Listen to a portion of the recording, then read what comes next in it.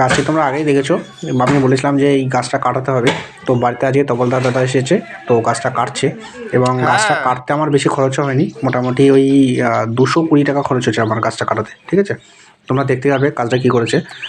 গাছটা মাঝখান থেকে কেটে দিয়েছে, কেটে দেওয়ার পরে ডালপালাগুলো একটু ছেটে দিয়েছে। মোটামুটি 220 টাকা আমার খরচ হয়েছে।